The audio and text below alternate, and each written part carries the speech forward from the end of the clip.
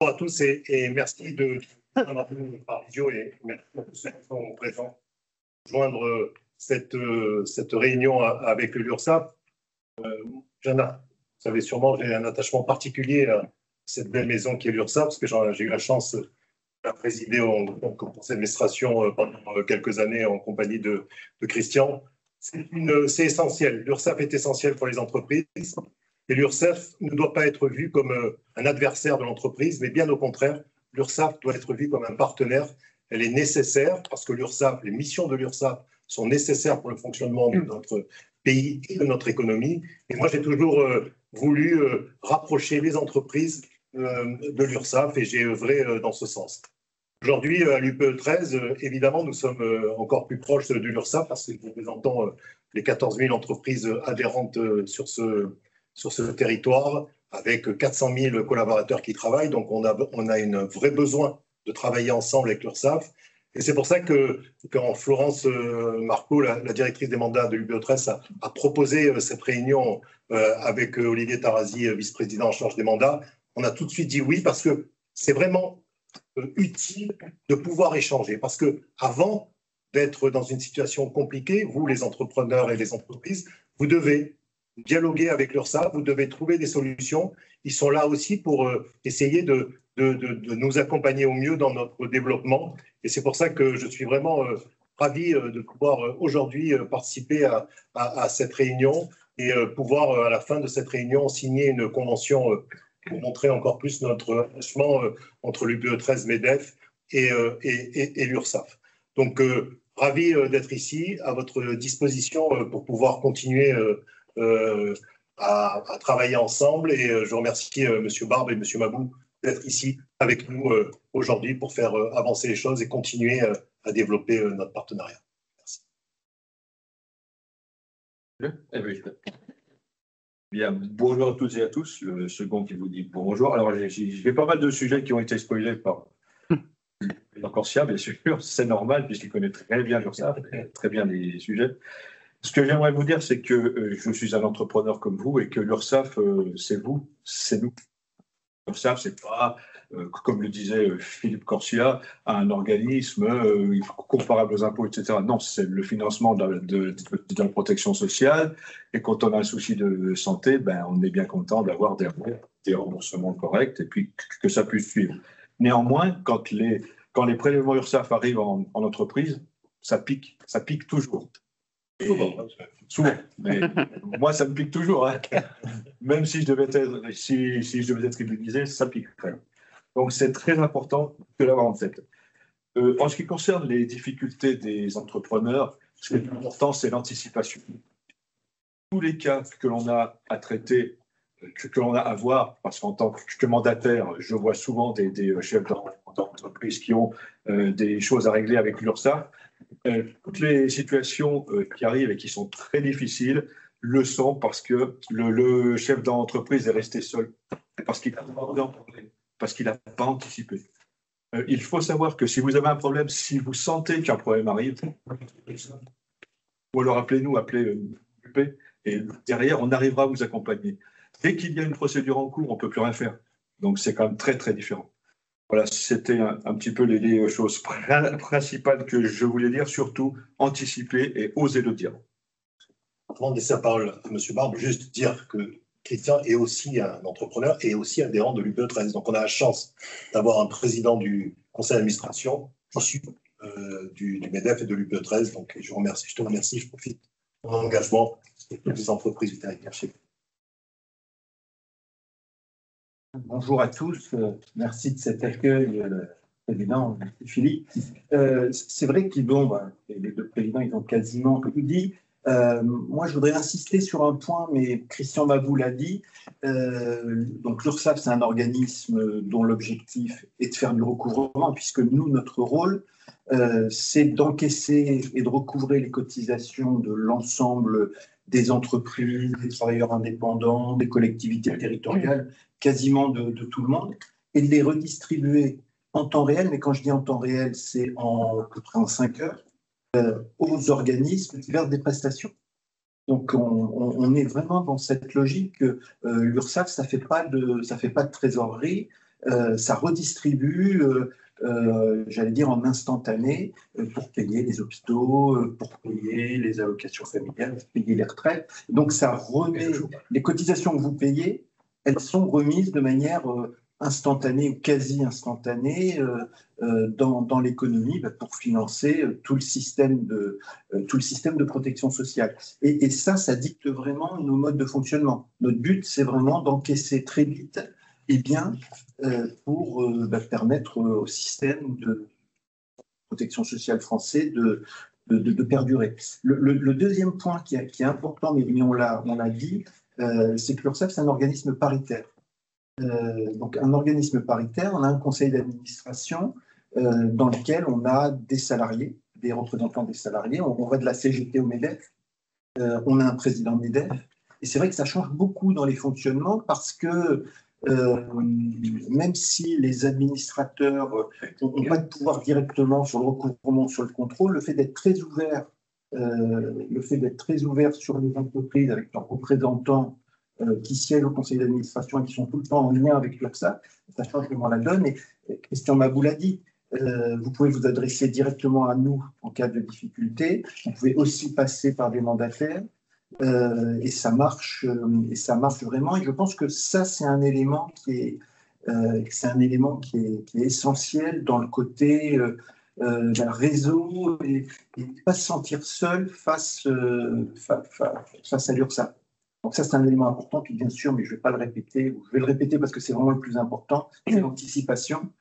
C'est sûr qu'il ne faut pas attendre d'être assigné par l'URSSAF, commencer à discuter avec l'URSSAF pour obtenir des paiements. Plus on s'y prend tôt, plus on a de chance de trouver un accord et de trouver une solution équilibrée et acceptable par tout le monde. Donc ça, l'idée, c'est de vous parler de ces éléments-là. Alors, on a des offres. Là, on va en parler aujourd'hui sur les difficultés des entreprises, c'est le sujet d'aujourd'hui. Mais on a aussi pas mal d'offres, mais on reviendra une autre fois, Philippe, des offres de sécurisation, des offres un peu quand tout va bien pour l'entreprise. Et on veut vraiment, nous, on marche sur deux jambes. On est dans une logique d'accompagnement de l'entreprise au quotidien, puis bien sûr d'accompagnement dans la mesure de nos possibilités de l'entreprise ou des travailleurs indépendants quand il y a des difficultés.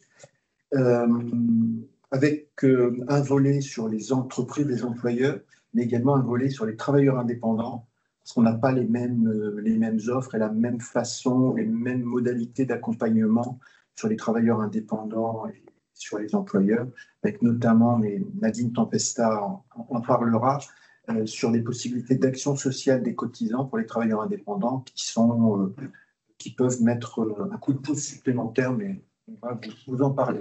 Donc en fait, deux volets de l'intervention, la partie employeur et la partie travailleur indépendant.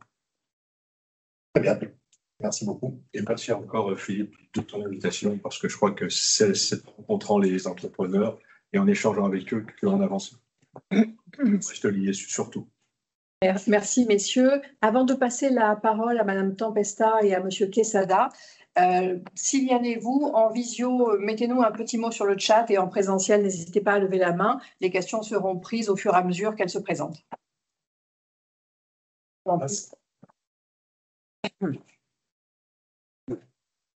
Bonjour mesdames et bonjour messieurs. Moi, je vais commencer par vous présenter une offre de service qui est l'action sociale et qui se définit par des accompagnements sur le volet travailleur indépendant. Vous l'a indiqué, on va commencer sur les spécificités du travailleur indépendant. Et une des spécificités du travailleur indépendant, de la ligne travailleur indépendant, c'est de pouvoir bénéficier d'aide d'une action sociale.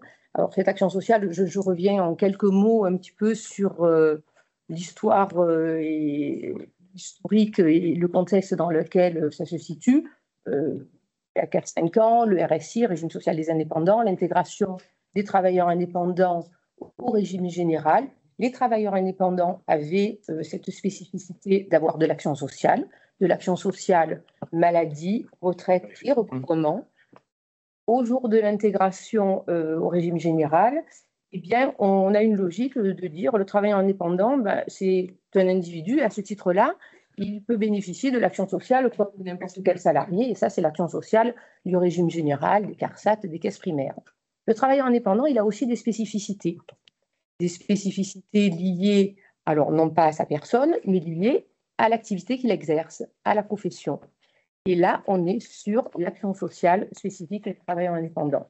Une des spécificités, le recouvrement des cotisations, le fait d'acquitter des cotisations sociales, la prise de risque, la difficulté ponctuelle qu'on peut avoir sur une entreprise. Les chefs d'entreprise, je crois que personne ne me démentira si je vous dis que personnel, professionnel, lorsqu'on est entrepreneur, c'est très lié. Que le fait d'avoir des difficultés personnelles influe sur le professionnel et vice-versa. L'action sociale des travailleurs indépendants, elle prend cela, activité professionnelle, difficultés professionnelles, mais aussi difficultés personnelles qui peut influer sur l'activité professionnelle.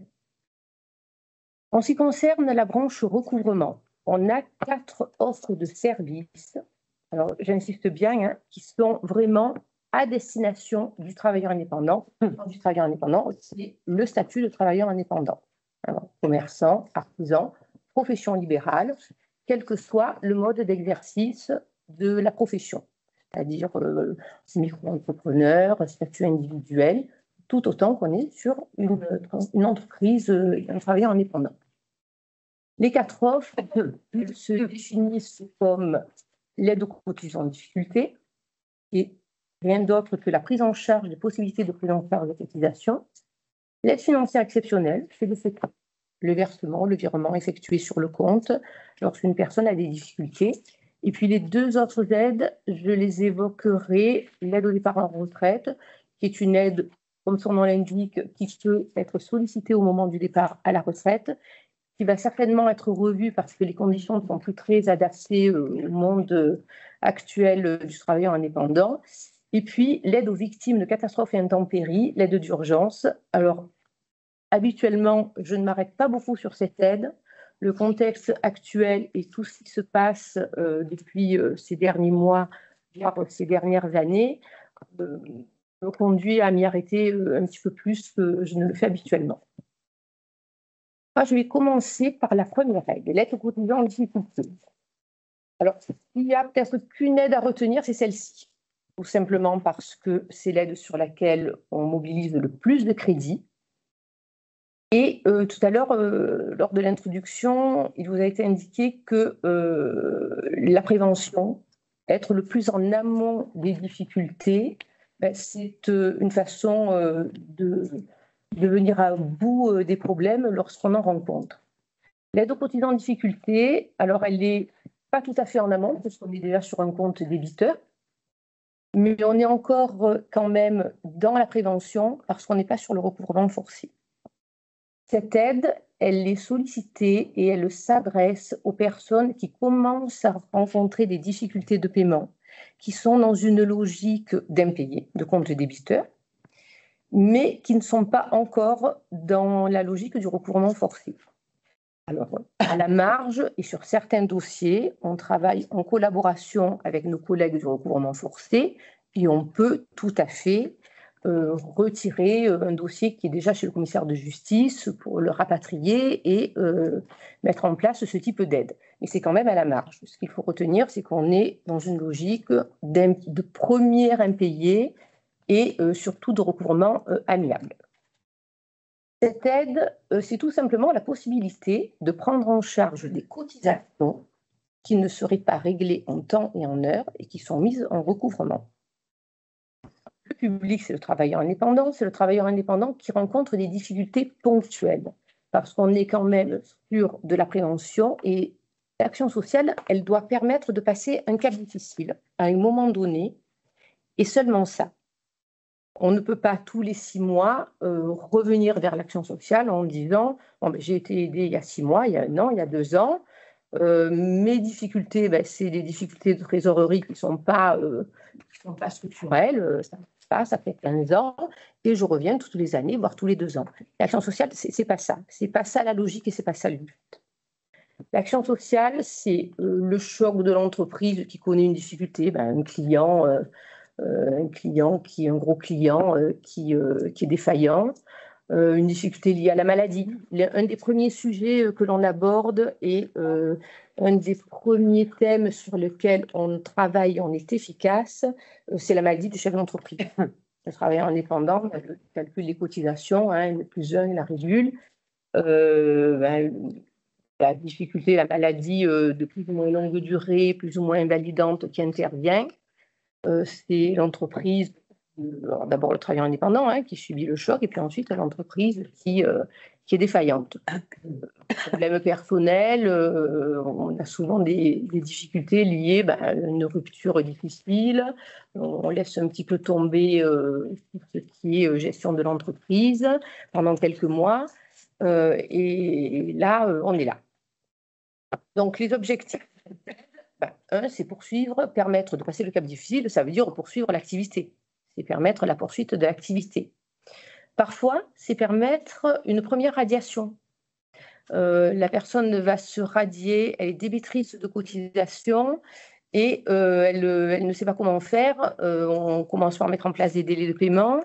Ensuite, l'accompagnement, l'accompagnement qui est en amont de l'action sociale, c'est tout ce que vous pouvez connaître, la mise en place de délais de paiement, le recalcul des cotisations, tous ces outils qui sont pas à côté, mais complémentaires à l'action sociale. Dans le service que je pilote, on accompagne les personnes d'abord en régularisant un dossier, un compte qui doit être propre, régularisé en temps réel au niveau des cotisations à régler, et ensuite on en vient à l'action sociale car les premiers outils mis en œuvre n'ont pas suffi. Donc favoriser une première radiation et puis garantir l'ouverture de droits aux prestations parce que vous allez le voir, lorsqu'il y a prise en charge de cotisation, eh bien le montant de la prise en charge que la commission octroie vient s'imputer sur le compte.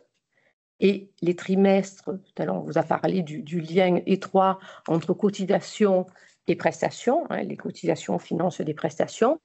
Lorsqu'on prend un trimestre, voire un semestre de cotisation, eh bien ce sont autant de trimestres validés pour les droits retraite qui sont acquis.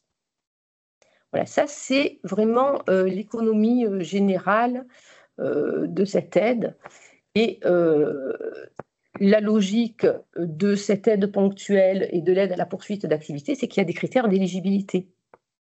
On ne peut pas venir au bout de 3 mois d'exercice de l'activité de travailleur indépendant en disant, ben voilà, je n'y arrive pas, mon activité est viable, mais il faut m'aider. D'abord parce qu'au bout de 3 mois, on peut difficilement dire que l'activité est viable. Si on a besoin d'aide au bout de 3 mois, il y a quand même un sujet. Donc, les critères, c'est d'abord d'être inscrit depuis au moins 12 mois. Ça, c'est un des critères d'éligibilité. Le deuxième critère prépondérant, c'est d'avoir versé des cotisations.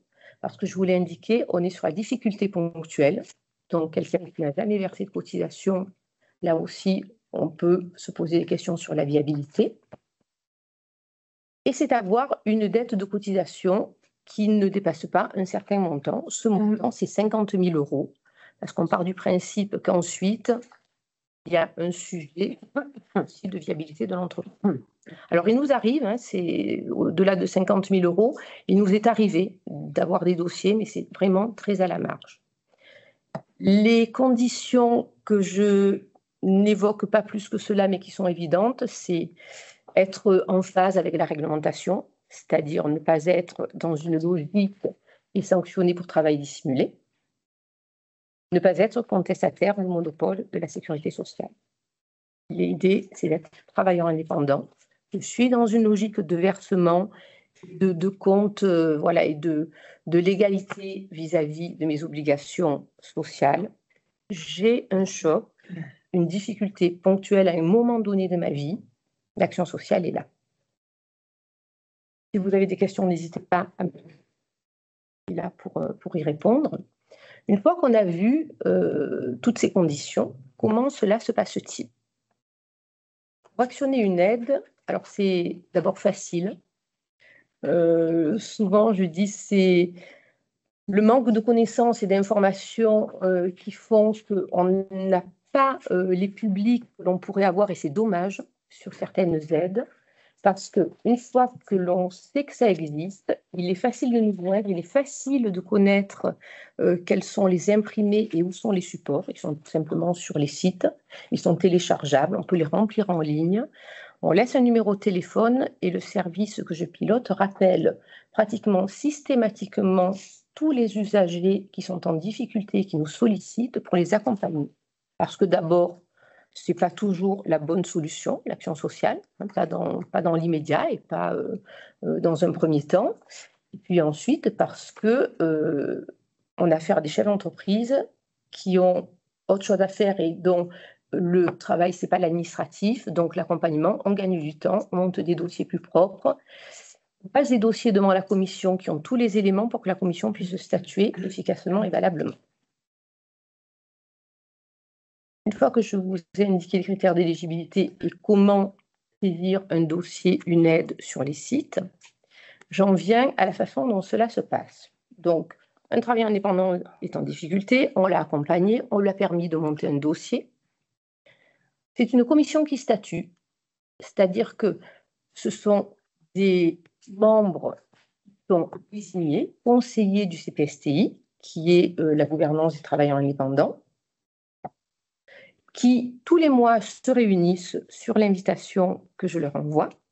Et tous les mois, nous voyons durant une journée entière tous les dossiers qui sont montés au niveau du service administratif. Vous donnez un ordre d'idée, on envoie une centaine par mois, ce qui fait à peu près 1000 aides par an. 2000 sollicitations, des accompagnements autres que de l'action sociale.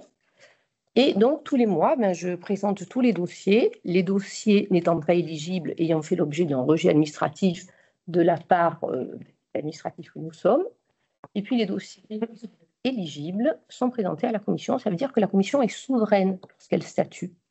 Au niveau des services administratifs, nous faisons des propositions. Ces propositions, elles sont à 95% suivies par la commission, parce qu'on a l'habitude de travailler ensemble, parce qu'on sait comment la commission travaille et ce qu'elle entend mettre en place en termes de politique.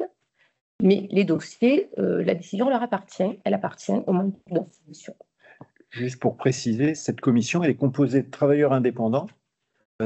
C'est des gens donc, qui sont extérieurs à l'URSSAF, au CPSTI. Ils sont désignés par les organisations professionnelles des travailleurs indépendants. Donc, c'est surtout, alors sur les travailleurs indépendants, CPME, U2P, il y a une petite représentation du MEDEF. Et puis les syndicats ou les organisations professionnelles des auto-entrepreneurs. Mais on est vraiment dans une logique où c'est des travailleurs indépendants qui attribuent des aides aux travailleurs indépendants. Quand je vous parlais de la logique du paritarisme et du fait qu'on était des organismes où nos cotisants sont fortement représentés au sein des organismes, on a encore une illustration. Donc, les conseillers de la commission décident de l'octroi des aides et ensuite ces aides sont mises en œuvre. C'est-à-dire que l'octroi d'aide donne lieu à un montant versé qui vient abonder le compte cotisant. Alors, l'aide, elle peut solder totalement les dettes ou partiellement. Dans ce dernier cas, on renégocie des délais de paiement, l'idée étant d'aider l'entreprise à se remettre à flot sur la durée en fonction de sa trésorerie. Oui. Question. La demande doit être formulée avant la réception de la mise en demeure. Alors, ou un petit peu après, mais une fois que la contrainte, alors pour faire simple, une fois que la contrainte est signifiée et que le dossier est chez le ministère de justice, on n'est plus dans cette logique de prévention. Il arrive, et de plus en plus, alors je travaille en étroite collaboration avec la responsable du service recouvrement. Je vous donne un exemple. Un travailleur indépendant qui a une dette amiable de 15 000 €, 3 000 € chez le commissaire de justice. Cette personne, elle a beaucoup versé, elle se retrouve malade, en long traitement qui commence et on sait que ça va durer. L'idée, c'est de lui permettre d'acquitter le courant. Donc, on voit dans quelle mesure et en profil. Alors, c'est en fonction vraiment du profil de l'usager concerné. Il n'y a pas de logique. Est-ce que la carrière a donné lieu à des incidents de paiement? Est-ce que c'est toujours quelqu'un qui a toujours été, dont le compte a toujours été propre jusqu'à la survenance de la maladie? Dans certains cas, on demande au commissaire de justice, lorsqu'on sait que la commission va pouvoir attribuer l'intégralité, va pouvoir solder le compte, on demande au commissaire de justice de rapatrier la dette. Donc, elle se retrouve à l'amiable. Et on propose à la commission de prendre en charge l'intégralité. L'idée, c'est d'avoir une vision vraiment globale de l'entreprise et du compte, pas de morceler. Moi, je travaille sur l'action sociale, ma collègue, elle fait du contentieux à côté. Ça serait quand même illogique que je fasse une prise en charge de cotisation et qu'à côté de ça, on ait une saisie d'attribution ou du contentieux. Voilà, l'idée, c'est de sauver l'entreprise et de l'envisager dans sa globalité. Mais on est vraiment dans une logique du gros coup dur. Donc, on est très ouvert sur quand on est dans ces conditions-là, on est très ouvert. Mais ce qu'a dit Nadine Tempesta aussi, qui est très important, c'est qu'on regarde aussi dans les critères de la commission, ça s'appelle de l'action sociale, mais c'est aussi de l'action sociale aussi économique. On regarde le montant des cotisations qui ont été versées par une entreprise. Très clairement, une entreprise qui a toujours payé ses charges et qui a 10 ans, 15 ans d'ancienneté, la commission regarde combien, dans toute la carrière du travailleur indépendant, il a payé de charges à l'URSSAF, au RSI, et à la limite, un dossier, une situation dans laquelle on a une forte ancienneté, un très gros volume de charges payées, le montant de l'aide peut être plus élevé. D'accord. Et à contrario, une entreprise qui a 1 an d'ancienneté, qui a quasiment pas payé de charges, même si elle est éligible parce qu'elle a 1 an d'ancienneté, elle sera moins aidée qu'une boîte qui aura payé des charges pendant de nombreuses années. Que l'on regarde également, parce que l'idée c'est de sauver une entreprise, c'est s'il y a des salariés. On sait que l'impact les salariés, l'idée, c'est de sauver des emplois lorsqu'une entreprise est en difficulté. Et si on peut lui permettre de conserver, de passer l'effort en conservant le nombre de salariés et de se relancer, voilà. Donc, vraiment tous ces critères-là qui sont pris en charge. Alors, là, dans la slide précédente, j'en ai terminé en indiquant que la prise en charge de cotisation peut se cumuler avec une aide financière exceptionnelle. L'aide financière exceptionnelle, voilà, nous y sommes. L'aide financière exceptionnelle, on part de la même logique. On part de la même logique d'aider une entreprise qui est en difficulté, un travailleur indépendant qui est en difficulté. Le travailleur indépendant, il peut être ajouté de ses cotisations sociales. Ce n'est pas pour ça qu'il n'est pas en difficulté. C'est pas pour ça que, d'un point de vue professionnel, eh bien, il n'a pas de difficulté pour régler des frais sur un utilitaire qui est tombé en panne, pour passer le cap difficile face à des travaux dans la rue. Eh bien là, c'est l'aide financière exceptionnelle qui est mobilisable. Alors, on peut mobiliser les deux. On peut mobiliser les deux en faisant de dossiers tout simplement. Et l'idée, c'est que lorsque la prise en charge de cotisation est minime et qu'on a une dette de cotisation de 300-400 euros, on vient en supplément et en complémentarité actionner cette aide. Donc là aussi, on est sur la difficulté exceptionnelle et ponctuelle, pas structurelle, même logique. On nous dit que si elle n'est pas surmontée, peut endiguer et menacer la poursuite de l'activité. Donc, tout à l'heure, on était aussi dans la même logique. Et les difficultés rencontrées, eh bien, ce sont à peu près les mêmes que les difficultés vues précédemment. Toujours ponctuelles. La maladie, poursuite d'activité, une difficulté sur la vie personnelle avec des jeunes enfants. On voit souvent et de plus en plus des femmes chefs d'entreprise. Un exemple, la femme chef d'entreprise, une grossesse pathologique, elle est coiffeuse, elle doit s'arrêter. Dans le salon, s'il n'y a pas de salariés, même s'il y a des salariés, il y a quand même un sujet. Donc, sur tous ces sujets-là, nous sommes présents. La façon de compléter le dossier, mis à part que l'imprimé s'appelle aide financière exceptionnelle, alors que tout à l'heure il s'appelait A7, c'est la même logique. On aura les mêmes informations sur l'imprimé et les critères d'éligibilité sont les mêmes aussi, tout simplement parce qu'on est aussi sur la viabilité de l'entreprise. Même logique que tout à l'heure en ce qui concerne l'instruction des dossiers, des rejets administratifs lorsque les conditions ne sont pas remplies, ces rejets administratifs, ce sont les services administratifs qui les font. Les dossiers éligibles sont présentés à la commission tous les mois statut. Le plafond de l'aide, c'est 6 000 €. Elle est actionnable tous les 2 ans, mobilisable tous les 2 ans. La différence avec ce que je vous indiquais précédemment, c'est que lorsque l'aide est octroyée, le compte cotisant étant en vous, c'est un virement qui vient pour le compte bancaire personnel de l'indépendant concerné. Une information importante, les aides ne sont pas fiscalement imposables ni socialement imposables, totalement défiscalisées. Voilà en ce qui concerne l'aide financière exceptionnelle. On en fait un petit peu moins de prise en charge de cotisation.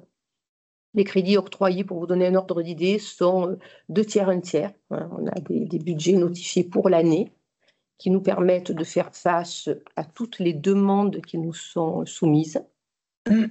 Et on est sur à peu près 700 aides en ACED et 300 en AF, avec un cumul pour un certain nombre.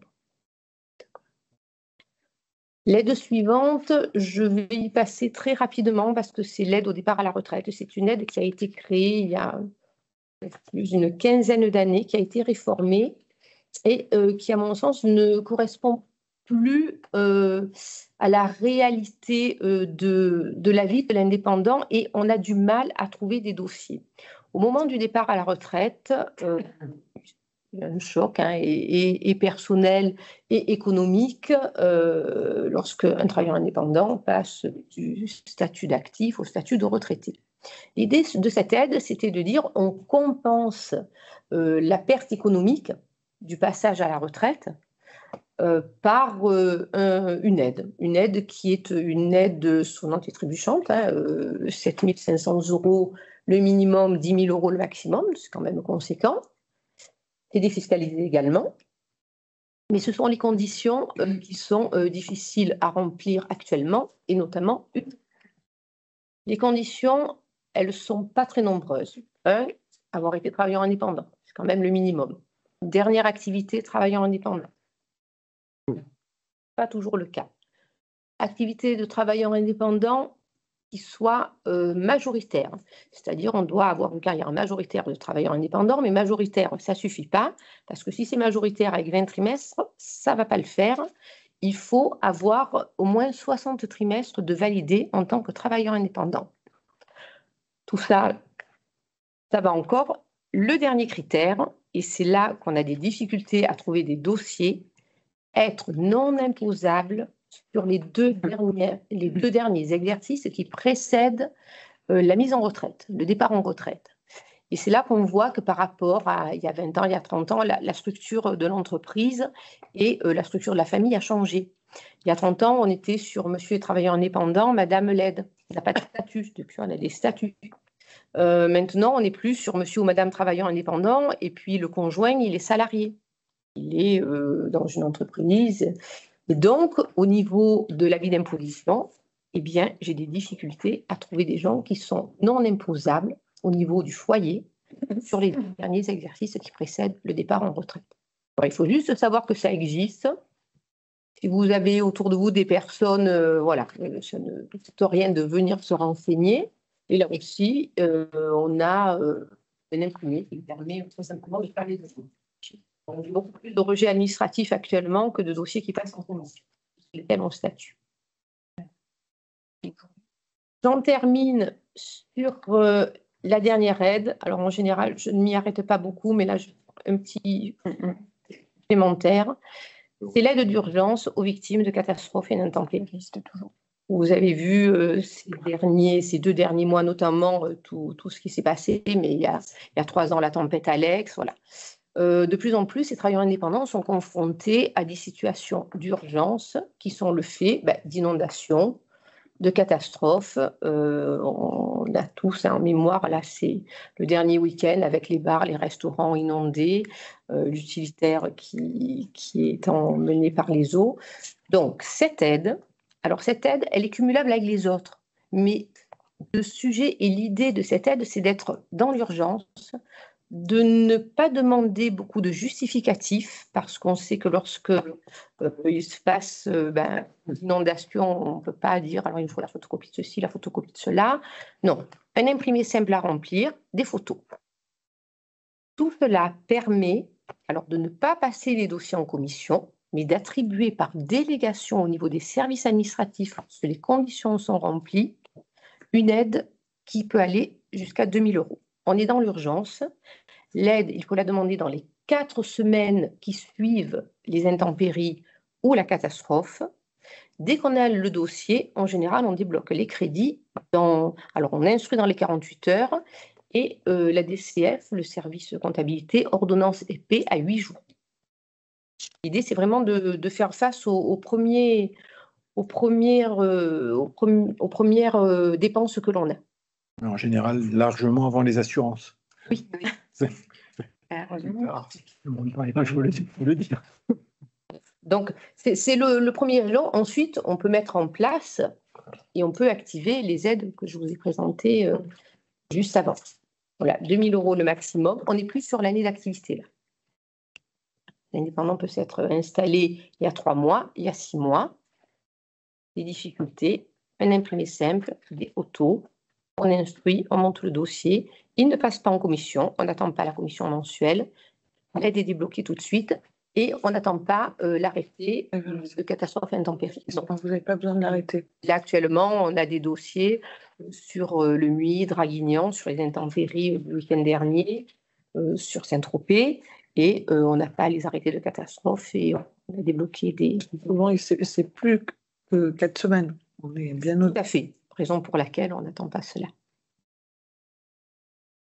On est assez autonome de ce côté-là, et on travaille aussi sur tous les signalements avec les maires des communes, avec les chambres consulaires et les organisations professionnelles. Parce que la difficulté qu'on peut avoir, surtout ces derniers temps, on n'a pas de phénomène massif, mais on a quelques entreprises qui sont, quelques travailleurs indépendants qui sont touchés. On n'est pas comme dans les départements, les régions du centre où il y a des zones entières qui sont inondées. Nous, c'est plus inégalement réparti, et le sujet, c'est d'identifier les situations pour pouvoir apporter notre contribution. Et là, le partenariat de terrain est extrêmement important. Lors des inondations du 23 septembre, dans le Var, on a les chambres consulaires qui ont recensé, qui ont fait passer des listes avec uniquement un SIRET, un nom, un prénom, un numéro de téléphone, et on a toutes les personnes. Sans savoir au départ si elles étaient travailleurs indépendants ou pas. L'idée, c'était d'identifier, d'accompagner lorsque cela était possible. On a eu à peu près 74 recensements. La plupart, et c'est tant mieux, les travailleurs indépendants nous ont dit qu'ils n'avaient pas les intempéries n'avaient pas touché l'activité professionnelle dans une mesure importante, et cela ne justifiait pas une aide. Voilà. Mais l'idée, c'est d'être sur le terrain et d'aller vers. Avec une vision 360, c'est-à-dire on voit qu'il y a un sujet, le compte quotidien, quelqu'un qui, voilà, on accompagne de bout en bout. D'accord. Voilà, j'en terminerai simplement en vous indiquant qu'on travaille en étroite collaboration avec les collègues de l'assurance maladie. Parce que je vous ai cité le cas des chefs d'entreprise malades. On a des possibilités avec nos collègues de l'assurance maladie d'accompagnement sur les volets remplacement temporaire dans l'entreprise. Voilà. La vision globale, c'est toujours ce qui est pris. Voilà, je vous remercie. Merci. Si on veut peut-être juste un point, alors qu'il y a une action sociale, si on veut terminer sur les travailleurs indépendants, il y a un sujet sur les travailleurs indépendants, sur les difficultés des entreprises. Alors quand je parle de travailleurs indépendants, c'est les travailleurs indépendants classiques, ceux qui sont au BIC, au BNC. En fait, c'est le sujet de leurs revenus qui sont fixés définitivement de manière assez décalée dans le temps. Donc on a fréquemment des situations de travailleurs indépendants qui ont des difficultés pour payer leurs cotisations, mais simplement parce que la cotisation, elle est calculée sur une période pendant laquelle l'activité était meilleure, et finalement ça ne sera régularisé que 2 ans après.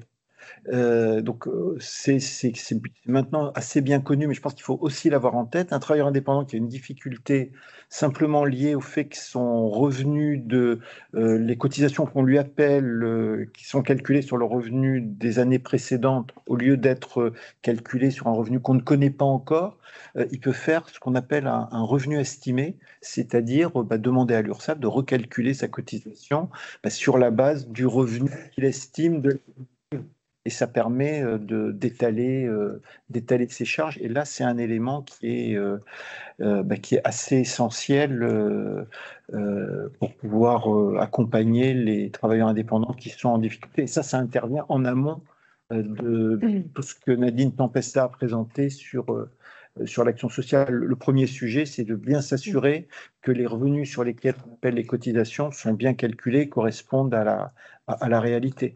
Et autant c'est évident pour un auto-entrepreneur ou pour un employeur par rapport à ses salariés, parce que là, on est sur du temps réel. Sur un travailleur indépendant classique, c'est pas du tout le cas. Une question. Bonjour. Alors, tout d'abord, pardonnez-moi d'être arrivé un peu en retard. Moi, c'est plus une anecdote qui va illustrer vos propos. Juste à côté d'ici. En début de cette année, j'ai identifié des difficultés à venir de trésorerie. Dans le fin du premier trimestre de l'année, je décide de suspendre le paiement de mes cotisations par patronale, URSSAF, ainsi que en fait, tout ce qui concerne le social non vital. Je préviens donc le CCSF pour entamer une médiation qui a été adorable, qui me dit « Vous êtes mignon, les sommes engagées sont trop faibles pour qu'on intervienne, donc contactez vous directement le SIE, l'URSSAF », ce que j'ai fait. Alors, pour le coup, et je corrobore vos propos, l'URSSAF, c'est celle qui a été le plus cool, puisqu'assez rapidement, on a négocié, alors il y a eu un petit dérapage, mais on a négocié un échéancier de remboursement sur 1 an, les 3 mois de cotisation, parce que vraiment, c'était au moment de cet été, mois d'août principalement, que j'avais identifié mes plus grosses difficultés, et c'était aussi le temps de monter en dossier, en backup, un dossier de finance pour les CAPEX auprès des banques, et surtout, parce que mon besoin c'est de financer de la trésor, un dossier de financement des OPEX auprès de la BPI. Et donc on négocie cet échéancier de remboursement sur 12 mois, c'est signé, tout va bien. Bon, la petite boulette, c'est qu'une semaine après, l'intégralité des fonds a été prélevée. Avec des indemnités, avec des indemnités, bon, du coup, j'ai repris contact avec URSSAF, on dit on est désolé, on ne sait pas si c'est votre cabinet comptable, nous qui avons merdoyé, quoi qu'il en soit, ça va se régler. Et fort heureusement, quelques jours avant, j'avais touché le prêt sans garantie de la BPI, donc c'est pas. Ça s'est réglé à la fin. Ça c'est pas passé, mais voilà. À contrario, le SIE a été un peu plus coquin dans le sens où je leur avais demandé un échéancier. Qu'ils ont non seulement refusé, mais du coup, là où je leur devais 10, ils ont bloqué 10 sur chacune de mes banques, donc ils ont bloqué 30. Alors, quand on est en difficulté de trésorerie, c'est moyennement sympa, parce que le principe c'est de préserver de la trésorerie, c'est pas de l'aggraver. Voilà, donc c'était un peu pour illustrer, effectivement, je pense que quand on voit venir, il ne faut pas hésiter à anticiper les difficultés et à contacter les organismes. Je pense que ce que j'ai appris aujourd'hui, c'est que ce que j'aurais dû faire, c'est contacter l'UP, effectivement, pour faciliter aussi la médiation avec les différents organismes, parce que quand il y a des petits dérapages, c'est quand même sympa de locuteur pour un peu faire le lien. Surtout quand les sommes engagées sont trop petites pour que le CCSF intervienne. Voilà, c'est plus un témoignage que des questions. Mais je serais ravi de repartir avec quelques contacts quand même. On va faire ça comme ça. poursuis. Bonjour à tous. Monsieur, vous faites une transition parfaite, parce qu'on va effectivement aborder la situation que vous avez évoquée. Nadine a parlé des entrepreneurs travailleurs indépendants, qui peuvent être employeurs ou pas. Et là, on parle plutôt des employeurs, quel que soit le statut finalement du dirigeant. Et pour le coup, si le dirigeant n'est pas travailleur indépendant, un employeur, l'URSSAF ne donne pas d'aide aux entreprises directes, et par contre accompagne et aide finalement par la mise en place de délais ou d'autres dispositifs. Donc, on peut résumer ce dispositif d'accompagnement en 3 volets. Alors, on l'a dit, on le répète, la détection précoce, l'anticipation, que ce soit côté entreprise, on a des dispositifs qui permettent d'être plus réactifs et d'accompagner l'entreprise au bon moment. Et au plus tôt on intervient, et en général, au mieux la situation se gère. Et c'est beaucoup plus facile après de trouver une solution et d'arriver à résoudre les difficultés. Pour autant, on peut intervenir à tout moment, j'allais dire, de la procédure, y compris si le commissaire de justice est déjà intervenu. On a toujours des possibilités de reprendre la main et de trouver une solution. Ce qui se passe, c'est qu'au plus on attend, au plus on va avoir des frais, soit de justice, voire des frais liés à une assignation. Parce qu'on peut même il n'y a pas encore des solutions même devant la barre du tribunal de commerce. Enfin, ce qu'on dit aujourd'hui, c'est d'éviter d'en arriver là et donc d'anticiper au maximum. Nous, par exemple, on va détecter à chaque échéance des entreprises qui sont débitrices et on va les contacter, alors, soit par mail, soit par téléphone, pour essayer de mettre en place une solution. Donc, on a une action proactive à ce niveau-là. Mais la meilleure détection, c'est l'entreprise elle-même, comme monsieur nous l'a expliqué tout à l'heure. Donc, 3 volets, une activité de conseil et d'information préventive, donc prise de contact, j'en ai parlé. L'outil principal et qui fonctionne dans la très grande majorité des cas, c'est l'accord de délai de paiement. Et on va le voir à l'issue du paiement des charges, il y a toujours des possibilités de remise des sanctions, des majorations. Et puis, un 3e aspect, c'est effectivement le travail en partenariat avec un certain nombre d'instances, de commissions, de partenaires qui nous permet de mieux appréhender les problématiques. L'Union patronale, bien entendu, est un partenaire privilégié de l'URSSAF pour détecter ces situations. Donc, les délais de paiement, effectivement, alors le prérequis, en tout cas, c'est le paiement des cotisations salariales. Donc ça, c'est quelque chose qui est un peu une ligne rouge pour l'URSSAF. Il a été possible de faire des délais sur les cotisations salariales pendant la crise Covid parce que les pouvoirs publics ont donné cette possibilité aux URSSAF. Mais aujourd'hui, ça n'est plus possible. Alors, après, s'il y a une situation très dégradée et que l'entreprise ne peut pas payer tout de suite ses cotisations salariales, on peut imaginer parfois des décalages sur le mois suivant, par exemple, pour pouvoir mettre en place un délai par la suite. Ce sont des choses qu'on peut être amené à faire, mais ayez bien en tête que le paiement des cotisations salariales, qui sont des montants précomptés aux salariés, est un prérequis à la mise en place de délais sur les charges patronales. Et ça, c'est vraiment une ligne rouge. Alors, c'est une ligne rouge que beaucoup de gens ont oublié parce que la période du Covid, elle a duré un peu longtemps. Et ce genre de choses, ça s'oublie assez vite. Mais les pouvoirs publics nous ont rappelé les principes. Parce que si je reboucle avec ce que je disais en intro, le rôle de l'URSSAF, c'est d'encaisser les sommes pour qu'elles soient redistribuées dans la protection sociale. Donc on est bien sûr sous le contrôle très fort des pouvoirs publics qui s'assurent qu'on accorde des délais de paiement, qu'on accompagne les entreprises, mais aussi qu'on respecte les règles. Et ce sujet des parts salariales, c'est vraiment le message fort aussi à passer, surtout que les principes ont changé depuis fin 2023 ou courant 2023 et on l'applique maintenant assez strictement depuis 2024 sous réserve des exceptions que Thierry Sada a évoquées. Donc le délai, il va être adapté à la situation d'entreprise, bien sûr. Alors, il faut savoir que ça peut être aussi un délai, ce qu'on appelle modulable. On peut très bien mettre en place des échéances plus faibles au démarrage du délai, puis de plus en plus courtes. Si on a un prévisionnel de trésorerie qui prévoit, après la clôture de marché, des rentrées d'argent, j'allais dire, plus tard, on peut l'identifier et nous, on peut mettre des échéances assez réduites, par exemple les 6 premiers mois, puis plus élevées par la suite. Donc voilà, on met en place des délais. Alors, bien sûr, le message, c'est d'essayer de mettre en place des délais de plus courte durée. Ça sera des accords beaucoup plus faciles. On peut aller jusqu'à 36 mois en cas de difficulté de dégradation majeure. Mais quand on va sur des durées aussi longues, on va regarder un petit peu plus précisément, on va faire des analyses financières. On va parfois, d'ailleurs pratiquement tout le temps, demander des garanties quand on est sur des durées aussi longues. C'est pour ça qu'en anticipant, on peut mettre en place des délais plus courts. D'ailleurs, lorsque vous allez sur votre espace en ligne, sur l'espace en ligne de l'entreprise elle-même peut, j'allais dire, s'accorder des délais de manière quasi automatique sur des durées courtes. Jusqu'à 6. Vous avez un formulaire en ligne à remplir et automatiquement, le délai va être accordé. Donc, c'est quelque chose qu'il faut savoir.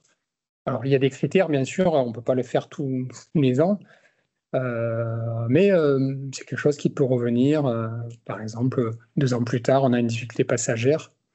L'exemple était intéressant de monsieur, donc effectivement, 3 mois de cotisation patronale, si j'ai bien compris, non payés. Je mets en place un délai de 12 mois. Ça, c'est quelque chose qu'on fait de manière très simple et avec un accord quasi systématique, tout autant qu'on n'a pas, entre guillemets, abusé de demandes par le passé. C'était 11 ans de cotisation réglée en temps et en heure. Première difficulté identifiée en 11 ans. On prévient avant.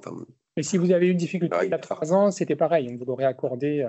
Mais par contre, effectivement, si c'est régulier, si, comme disait Nadine tout à l'heure, c'est structurel, là, effectivement, on ne va pas.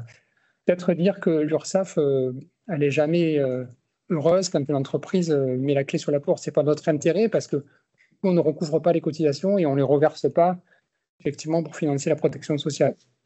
Et notre intérêt, j'allais dire partagé, c'est que les entreprises puissent régler leurs cotisations. Et si c'est avec un délai, pour nous, c'est pareil, j'allais dire, dans la mesure où l'entreprise est sauvée, si l'accompagnement a fonctionné, c'est gratifiant aussi pour l'URSSAF en général, mais pour son personnel aussi.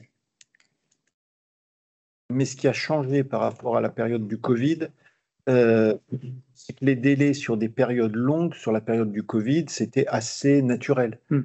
On est allé régulièrement pour étaler les dettes Covid jusqu'à 36 mois sur des échéanciers. Aujourd'hui, la norme maximale, sauf les cas particuliers qu'a évoqué Thierry, on est plutôt sur des délais de paiement au max à 12 mois. Donc ça, c'est encore un changement. Alors, on est revenu à la situation d'avant le Covid. Mais il faut l'avoir en tête. Obtenir un délai de paiement de plus de 12 mois à l'URSSAF sans garantie, c'est plus du tout la norme. Donc ça, il faut l'avoir en tête. Et l'exemple du délai de 3 mois de cotisation étalé sur 12 mois, c'est un peu ça la norme. Les dizaines de milliers de délais de paiement qu'on accorde sur une année, l'ensemble des cotisants de l'URSSAF, c'est pour l'essentiel. Et avec un process qui est très simple, c'est beaucoup plus facile d'obtenir un délai de paiement de l'URSSAF sur une durée courte, à condition de ne pas avoir une historique de délai de paiement tous les ans, et surtout d'avoir respecté les précédents délais de paiement. Ça se met en place un délai de paiement dans ces conditions-là assez facilement, sans commune mesure, avec une autorisation de trésorerie vis-à-vis d'une banque, où là, j'allais dire, le process, il est quand même nettement plus complexe. Mais on est dans ces situations d'accompagnement sur des durées courtes, en fait, des délais de paiement sur du très court terme. Alors, ce qui a changé par rapport à la situation d'avant le Covid, c'est que l'URSSAF est beaucoup plus proche des entreprises. beaucoup plus enclin au dialogue. Et effectivement, on sent vraiment les entrepreneurs sont un peu plus sereins parce qu'ils savent qu'ils vont avoir un interlocuteur à l'URSSAF. C'était une situation, ça n'est pas que ça n'existait pas avant le Covid, mais on a vraiment vu un changement d'attitude qui nous va très bien, en tout cas au niveau entrepreneur. Voilà. Et on va continuer dans cette voie qui est vraiment une voie très très importante. Et je crois qu'à l'URSSAF, vous avez tous la volonté également de faire évoluer ce dialogue et cette proximité avec les entreprises en cas de nécessité, bien sûr. Oui, bien sûr. Et donc, alors, Oui, il y a une question. Une question qui est une observation. Je suis en charge de ce qu'on appelle le département restructuring, c'est aide aux entreprises en difficulté. Donc j'entends le changement de politique qu'on a tous vu, vu que je suis au tribunal de commerce relativement souvent. Et je trouve qu'il est plutôt sain de voir que vous n'accordez plus de délai sur 36 mois. Parce que accorder 36 mois de délai de paiement à une entreprise, c'est l'analyse d'un symptôme qui est bien plus important que de savoir s'ils payent vos cotisations ou pas. Et je suppose que vous le ferez le lien dans la troisième partie de votre intervention avec les signaux qu'il faut donner aux autres interlocuteurs. Une entreprise qui ne paye pas son URSSAF, ne paye pas ses fournisseurs, ne paye pas le SIE, ne paye pas son loyer et bien d'autres encore. S'il ne paye pas les salariés, on a un autre souci. À quel moment ça intervient chez vous, cette notion de ce que vous dites tout à l'heure, c'est l'interlocuteur certes, mais ensuite le lien avec les autres intervenants, l'ouverture d'un mandat ad hoc, d'une procédure de conciliation, enfin quelque chose qui fait plus de sens. Alors, j'entends que pour l'URSSAF, ce qui fait sens, c'est le recouvrement et que c'est votre mission et que c'est normal. Vous avez cette information qualifiée bien en amont de tout le monde, à part peut-être les banquiers. Le premier à savoir qu'une entreprise ne va pas bien, c'est vous quasiment. Nous, les intervenants de second rang, c'est-à-dire ceux qui aident, on a besoin d'infos le plus tôt possible parce que effectivement, c'est à ce moment-là que ça se joue. C'est avant même qu'ils aient besoin de ne pas vous payer qu'on aurait besoin de savoir qu'ils ne vous paieront pas. Voilà. Donc, comment vous envisagez ça, ce lien avec l'UP, avec tous les autres intervenants, que ce soit les mandataires, les administrateurs, le tribunal, les commissions de prévention et autres? moi, je dirais, alors, quand on intervient ou qu'on conseille une entreprise, on évoque les dispositifs d'accompagnement peuvent exister, notamment de tout ce qui est procédure de sauvegarde, la conciliation, le mandat, etc. Donc, en fonction de la situation, parce que actuelle où on a besoin de quelques mois de délai, l'entreprise elle a toujours été saine. C'était le cas de monsieur. On ne va pas parler de ces dispositifs. Moi, si on voit qu'il y a une situation effectivement assez obérée, l'entreprise nous dit moi je peux pas, j'ai du mal à régler même les parts salariales. On va évoquer ces différents dispositifs. On va évoquer effectivement, mais j'en parle après, la CCSF, Commission des chefs de services financiers, le CODEFI. En revanche, on n'est pas, contre M. Barbe, on n'est pas fournisseur de. Non, j'attendais pas de dossier pour ça même. Même si je. Et la question est pas tant de savoir si vous avez cet impulse, et je sais bien que vous l'avez pas. C'est plutôt de savoir comment on fait pour l'avoir. Je sais qu'aujourd'hui, on a cette information que vous connaissez et qui n'est pas partagée. Par l'entreprise. C'est normal. Mais ça pose une vraie difficulté. Il y a beaucoup d'autres intervenants qui ont cette information, Banque de France, les interlocuteurs bancaires, le SIE, etc. Mais cette information, elle reste au niveau de la structure étatique, para-étatique comme la vôtre, et elle ne redescend pas. Et quand elle arrive en bas, elle a fait 3 rebonds et il est bien trop tard en général. Moi, mon travail, c'est de faire de la prévention. C'est pas d'intervenir quand il est trop tard. Sinon, on passe directement dans cette procédure, redressement judiciaire, voire liquidation judiciaire. Et malgré l'efficacité de ces procédures, on se rend bien compte qu'elles sont moins que de la prévention. Donc, mais peut-être 2 remarques par rapport à votre question, notamment sur les longs délais de paiement, les délais de paiement de 36 mois. on n'en fait quasiment jamais. Et par contre, on en a fait un certain nombre dans le cadre de l'étalement des dettes Covid. Mais comment on a fait? En fait, dans le cadre de l'étalement des dettes Covid, finalement, on a des entreprises qui ont eu l'autorisation de ne pas payer leurs charges pendant plusieurs mois, voire certaines pendant un an ou un an et demi.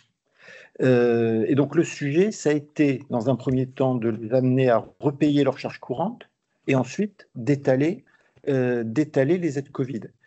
Alors, la façon dont on a procédé, c'est déjà, on a fait travailler nos algorithmes pour déterminer un petit peu les niveaux de risque, la situation pour étaler la dette. Et on a proposé des échéanciers à l'ensemble des entreprises. Alors, sur les employeurs de mémoire, je crois qu'on l'a fait à plus de 60 000 entreprises employeurs. En PACA, il y en a à peu près 200 000 employeurs. Donc, ça vous donne une image de la masse des situations.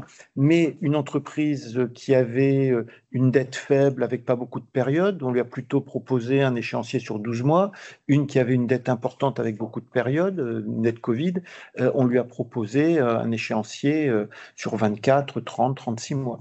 Donc, déjà, on a fait travailler nos algorithmes pour déterminer là un risque de non-paiement et de trouver une solution qui soit adaptée, et j'allais dire équilibrée pour nous, mais viable pour l'entreprise. Et quand je regarde le résultat, franchement, les échéanciers Covid, ils sont très bien respectés. On a des taux de respect des échéanciers supérieurs à 80%.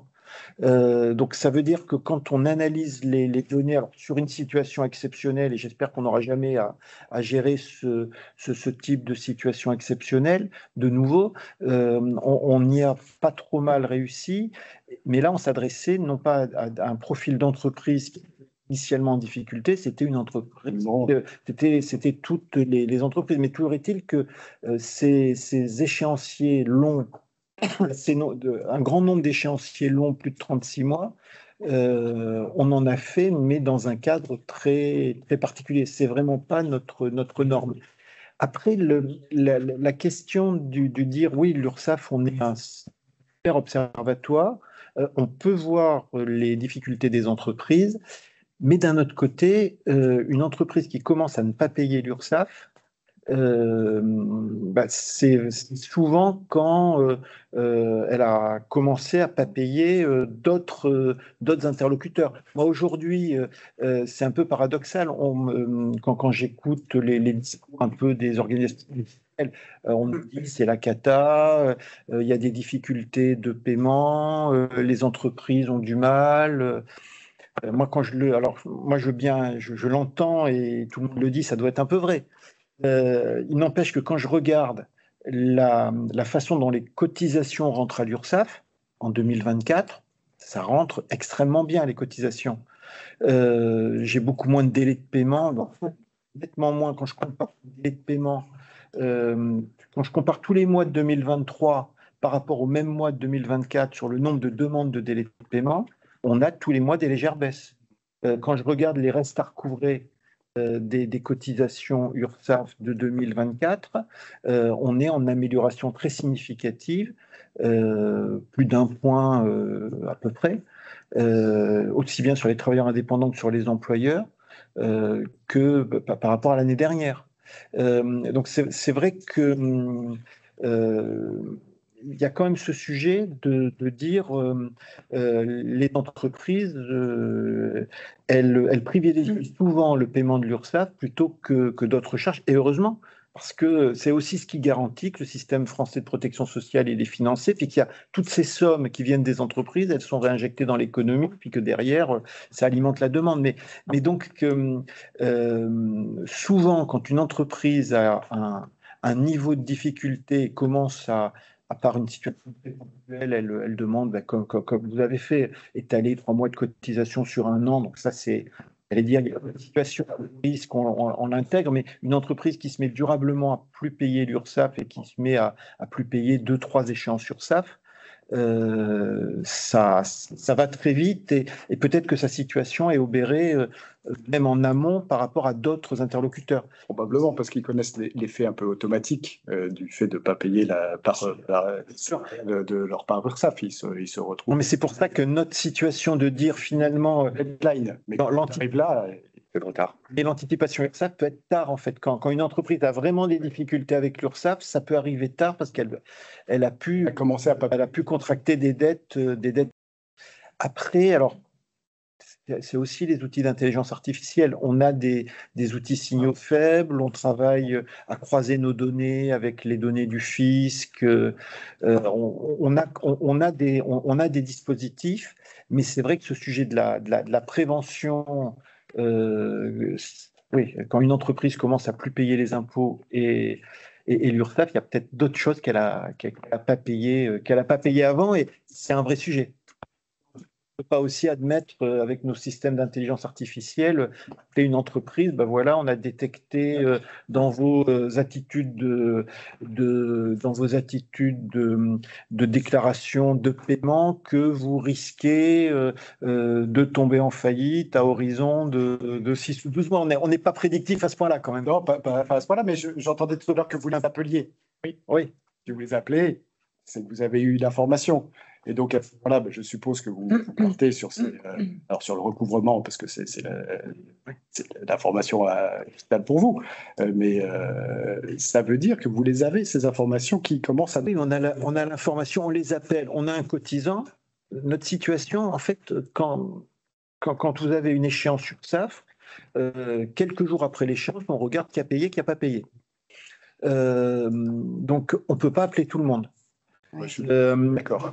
On cerne les entreprises, on se dit, ça peut valoir le coup de les... Très clairement, une entreprise qui est à l'huissier et qui nous paye jamais, on le sait, on va pas l'appeler, ça sert à rien. Une entreprise dont c'est la première situation, la première défaillance, on se dit là, il y a quelque chose à faire. Et donc là, l'appel, c'est de dire, monsieur, voilà, vous n'avez pas payé votre cotisation. Est-ce qu'il y a un souci? Est-ce que vous souhaitez un délai de paiement? Et dans la plupart des cas, ça s'arrange comme ça. Ils nous font un sujet quand même. Pour les appeler, ils nous font un sujet. Bien sûr. Ouais. Autrement, juridiquement, c'est limite. Hein. Attention, vous risquez d'aller dans le mur, là, on a vu ça. Non, on ne peut pas faire ça. La seconde chose, effectivement, c'est que dans les volumes, Franck Barbe disait qu'on avait 200 000 entreprises, mais en fait, on a 750 000 comptes, bien sûr, avec les indépendants. C'est énorme à traiter. Et derrière, et puis on n'est pas dans le Minority Report non plus. Quoi. On fait pas, vous allez aller dans le mur. Très bien. Et puis un chef d'entreprise, son métier quand même, c'est de faire attention à ce qu'il fait déjà à la base. Identifier, comme l'a fait monsieur, des difficultés à venir. Alors c'est pas toujours facile. Il y a des conjonctures qui se mettent en travers, etc. Mais globalement, c'est quand même aussi de notre responsabilité un petit peu d'être conscient de la situation. Justement, pour aller dans votre sens, moi, je vois entièrement ce que tu cherches à dire. Et malheureusement, je ne pense pas que, in fine, l'URSSAF devienne un prescripteur auprès des avocats spécialisés en restructuration. Mais juste pour reparler de mon cas, pourquoi je suis allé contacter le CCSF, pourquoi je suis allé contacter les différents organismes?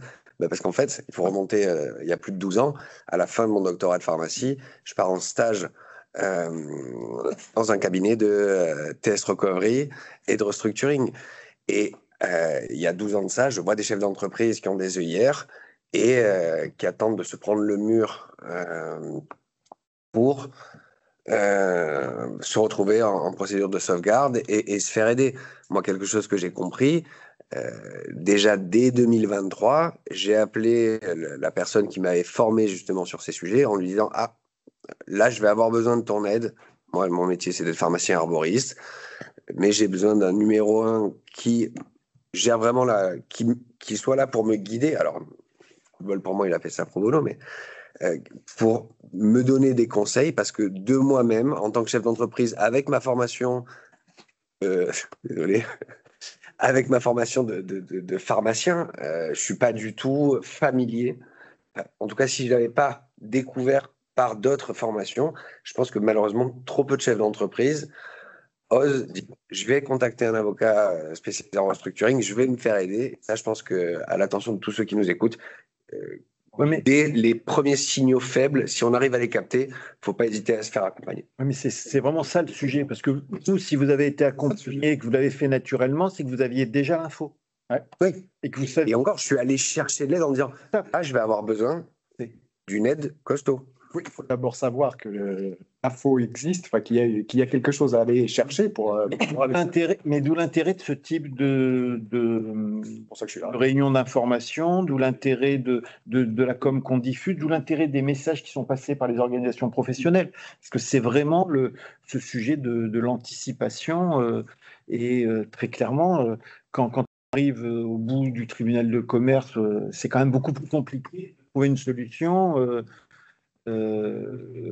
Quand on a 10 périodes à l'URSSAF non payées que quand on en a une. C'est évident, mais c'est important de l'avoir en tête. Ouais.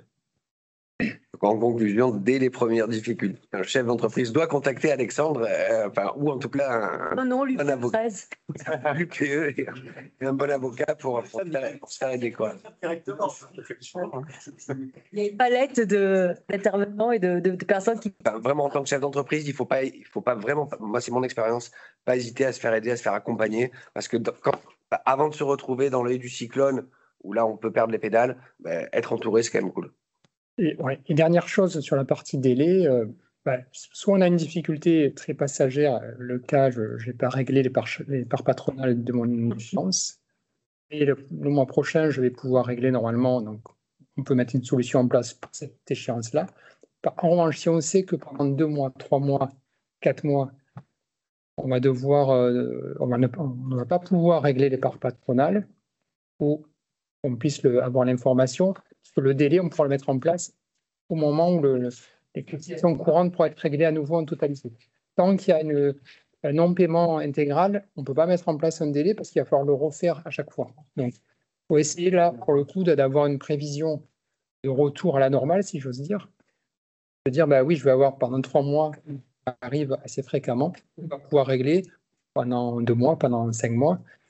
D'ailleurs, pourquoi ma demande a été très rapidement acceptée? Parce qu'elle était accompagnée d'un prévisionnel de trésorerie en disant là, on va rentrer dans le dur à telle période. Néanmoins, si vous nous accordez ce délai de paiement, à partir de telle date, on pourra honorer les échéances en temps et en heure. En fait, on gèle le recouvrement pendant cette période-là sur la partie qui n'est pas réglée. Quand on dit on gèle, l'entreprise va quand même recevoir probablement une mise en demeure.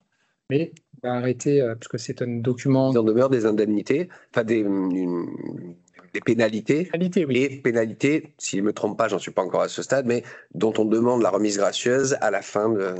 Voilà, et vous faites la transition, justement. C'est parfait. On a pas Vous avez travaillé à l'URSSAF, vous. C'est incroyable. Et je suis arrivé en retard. Donc, il a eu le remise. C'est gentiment demandé. C'est des majorations, c'est pas des pénalités. Oui, mais des majorations, puisque effectivement on applique, quand une cotisation n'est pas réglée, on va appliquer à l'échéance 5% de majoration de retard, et ensuite chaque mois ou fraction de mois de retard, on va rajouter 0,2% qui correspond en fait au loyer de l'argent. Voilà. Donc à l'issue du règlement de l'échéancier, l'entreprise peut demander la remise. Elle peut la demander d'ailleurs dès le départ, et la demande de remise sera étudiée au moment où l'échéancier aura été réglé. Et à ce moment-là, si tout s'est bien passé, s'il n'y a pas eu de situation de récidive trop fréquente, on accorde assez facilement la remise des majorations de retard. Bémol que la partie des 0,2% correspond au loyer de l'argent, là c'est plus difficilement résistible. Et ça reste réduit par rapport à un prêt à la banque. Voilà, donc c'est quelque chose dont il ne faut pas avoir peur non plus. Si on va pouvoir régler, vous savez que vous pouvez avoir une remise des majorations de retard à la fin de l'échéancier. un élément important sur les échéanciers, parce que alors, ça n'a pas grand-chose à voir avec les difficultés des entreprises, mais il y a le sujet des attestations de vigilance. Beaucoup d'entreprises concourent à des marchés publics ou simplement leurs clients leur demandent d'attester qu'elles sont à jour de leurs obligations sociales, qu'elles sont à jour à l'URSSAF, et elles ont bien raison, et vous avez bien raison de le faire, parce que sinon vous engagez votre propre responsabilité. Donc une entreprise qui ne paye pas ses cotisations à l'URSSAF, ben, bien sûr, elle peut pas avoir une attestation de vigilance.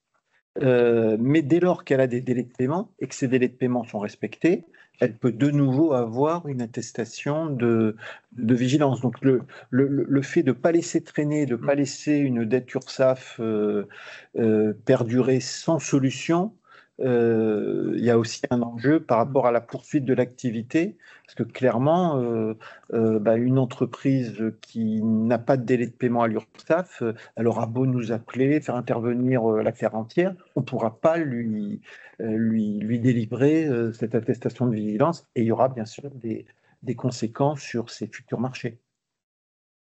Donc les majorations de retard, alors effectivement, alors, je ne l'ai pas dit, mais toujours déclarer, quelle que soit la difficulté de l'entreprise, il faut adresser sa déclaration, sa DSN, parce que évidemment, si on n'a pas reçu la déclaration, rien ne sera possible.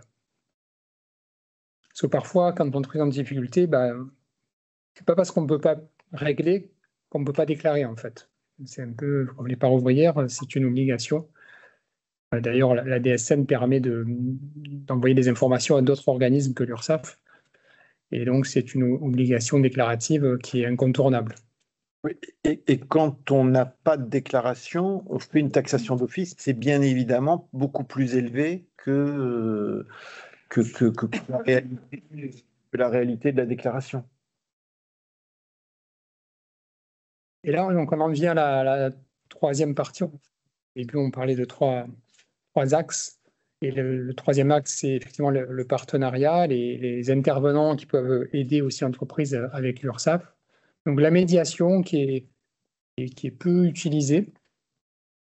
Alors ça peut vouloir dire qu'elle est peu connue, mais ça peut vouloir dire aussi qu'on en a mis en œuvre des solutions avant finalement que l'entreprise sollicite la médiation, donc ça peut être aussi.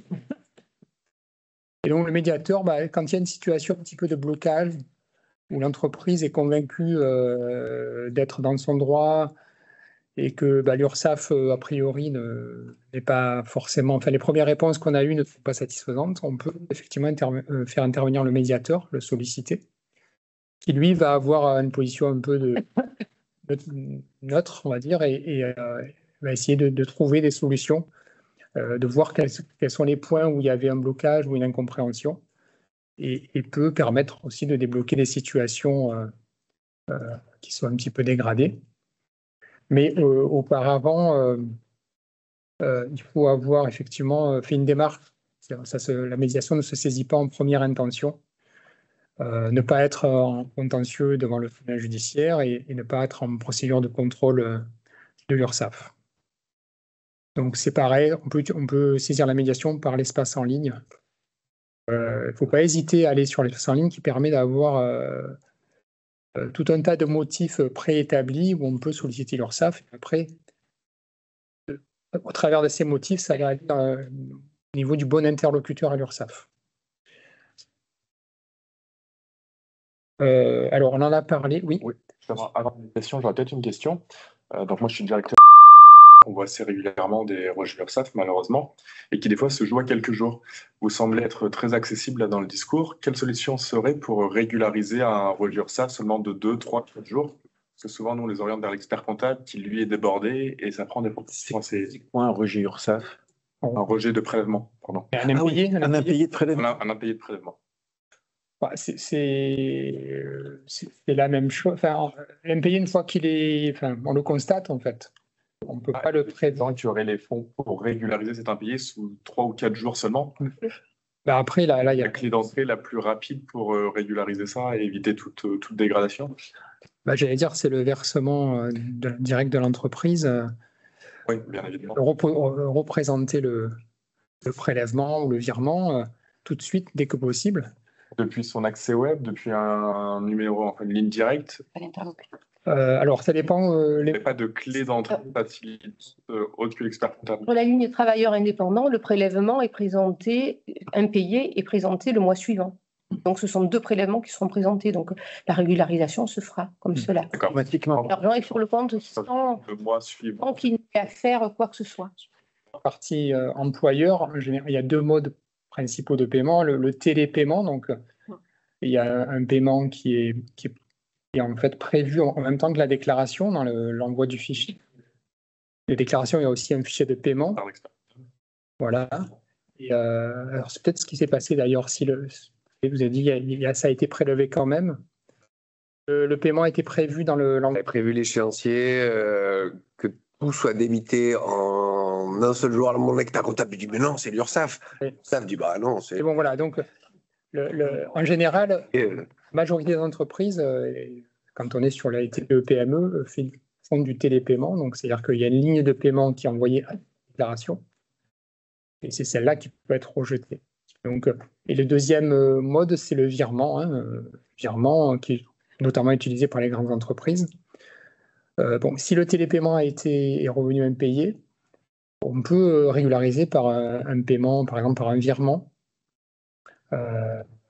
Dès que le compte bancaire est alimenté. Alors, qu'est-ce qui va se passer? C'est qu'on va appliquer quand même des majorations de retard, même pour. Ça représente les 5%. Et il faut tout de suite demander la remise. Et quand c'est la première fois, il y a même une remise automatique quand il y a un paiement dans les 30 jours. Voilà. Donc, il faut le savoir. Plus vite on paye, au moins on risque d'avoir des majorations de retard confirmées, j'allais dire. Donc, le cas que vous évoquez, la régularisation se fait. Le mieux, c'est de refaire un virement. Et les majorations de retard, si c'est la première fois, vont être remises automatiquement. Il y a une petite particularité, M. Quesada, pour faire les virements à l'URSSAF, parce que c'est pas aussi simple que ça, puisque vous utilisez des codes en fonction des années, des trimestres. Alors oui, il faut à minima mettre les bonnes références de l'entreprise. Le mieux, c'est effectivement de mentionner la période, c'est ce que vous évoquez. Mais même si on ne l'a pas, on va le retrouver. Mais c'est sûr que au mieux, le virement est libellé. L'application du versement sera faite. Mais via l'intermédiaire de votre service recouvrement, on peut obtenir les informations bancaires ou les schémas de paiement sans difficulté. Merci, oui, c'était un peu l'objet de ma question. Souvent, il faut démystifier le sujet. l'URSSAF fait peur, société en difficulté fait peur aussi. Et des fois, en tant que banquier, on est aussi intermédiaire, on essaie d'orienter le sujet. L'expert comptable, on sait qu'il y a quand même des périodes fiscales où ils sont assez pris aussi, difficiles à joindre. Et finalement, savoir que le dirigeant peut appeler le service recouvrement et que même sans ces informations propres de référence, il peut malgré tout régulariser et obtenir le remboursement à 5%, c'est essayer de diffuser assez largement, je pense. Et ce n'est pas une boîte noire. Il y a un télépaiement qui est rejeté parce qu'il n'y a pas suffisamment de fonds sur le compte. Dès lors qu'il y a des fonds sur le compte, il relance le cotisant un nouveau paiement. Ça va être traité par l'URSSAF et c'est pas une boîte noire qui va faire que son argent il va être perdu quelque part. Alors, on traite des très gros volumes, il peut toujours y avoir des situations, mais voilà, c'est à partir du moment où on libelle correctement son virement, qu'on fait qu'on fait bien le lien dans la messagerie de son compte en ligne, il y a quand même très peu de risques. Que le paiement se perde. L'entreprise peut aussi représenter un télépaiement via le compte en ligne. Voilà, ça sera peut-être, il y a moins de risques de mauvaise affectation. En tout cas, il y a toutes les possibilités pour régler. Et si c'est un problème de quelques jours, il ne faut pas hésiter à régler spontanément et demander la remise immédiatement des majorations de retard. Donc les partenariats locaux, alors évidemment, on a 2 commissions où l'URSSAF fait partie prenante, qui sont largement utilisées par les entreprises, donc la CCSF, donc que les entreprises sollicitent notamment quand il y a à la fois des dettes fiscales et sociales, éventuellement aussi sur les caisses de retraite complémentaires. Donc c'est la commission, enfin, c'est l'instance privilégiée quand on a des dettes sur plusieurs organismes. Là, on va prendre une décision collective sur l'accompagnement de l'entreprise. On est plutôt sur des accompagnements potentiellement un peu plus longs avec des difficultés un peu plus fortes, là.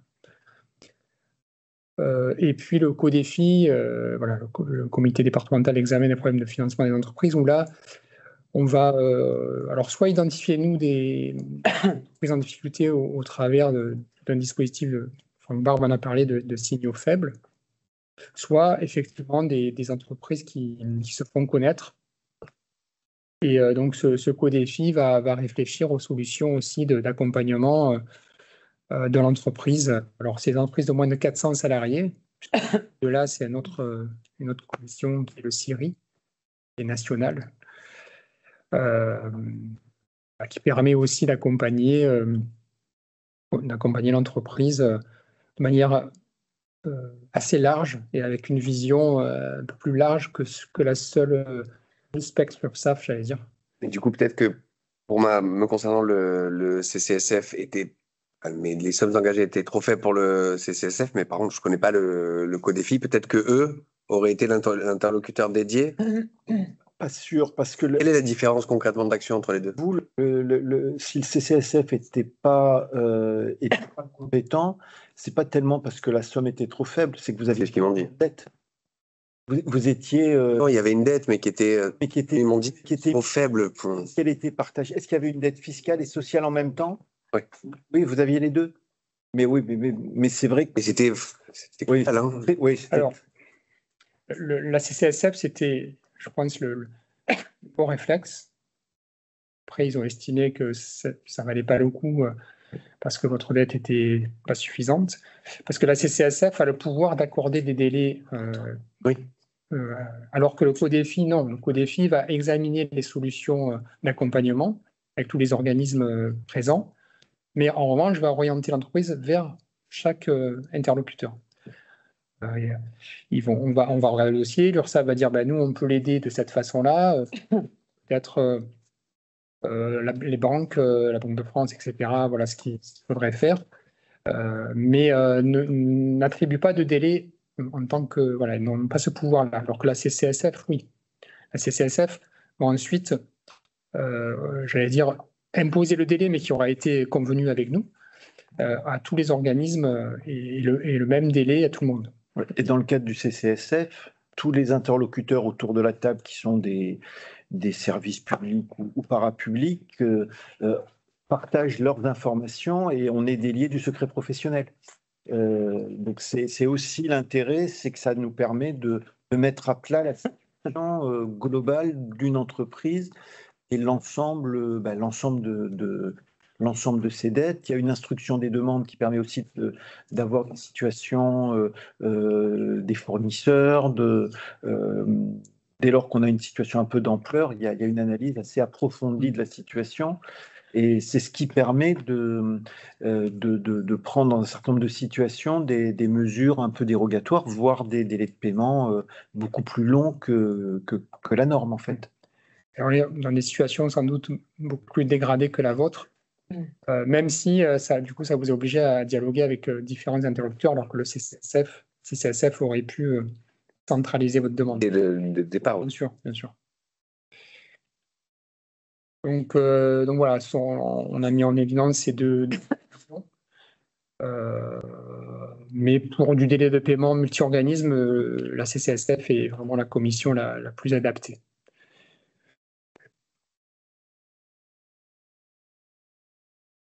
Bien sûr, après, on a des partenariats avec bien entendu, on est là aussi aujourd'hui pour ça avec l'Union patronale et puis tous les organismes qui travaillent avec l'entreprise finalement et qui sont aussi des vecteurs des demandes d'entreprises en difficulté qui passent par ces intermédiaires, par ces partenaires. et qui nous permettent d'examiner les situations, là encore, de manière très anticipée. Et donc, soit l'entreprise nous sollicite directement, soit elle sollicite un partenaire, mais in fine, on va pouvoir traiter le dossier de la même façon. Ce qu'il faut avoir en tête, c'est que le sens de l'histoire aussi, c'est beaucoup d'échanges et des échanges de plus en plus marqués entre l'URSSAF et les finances publiques et les impôts. Donc on a des mécanismes de coopération, de partage d'informations, on a des mécanismes, alors pour l'instant c'est des expérimentations, mais ça va se développer, d'avoir des stratégies également coordonnées sur l'assignation des entreprises en redressement judiciaire. Donc il y a vraiment aussi alors pas des rapprochements structurels entre l'URSSAF et les impôts, mais il y a 10-15 ans, à part à la CCSF, c'était un peu des vases clos, chacun était sur sa ligne de nage. Là, on est bien sûr chacun avec nos stratégies de recouvrement et nos compétences, mais on est dans une logique de partage d'informations et de coordination de nos actions sur les situations où il y a des enjeux financiers.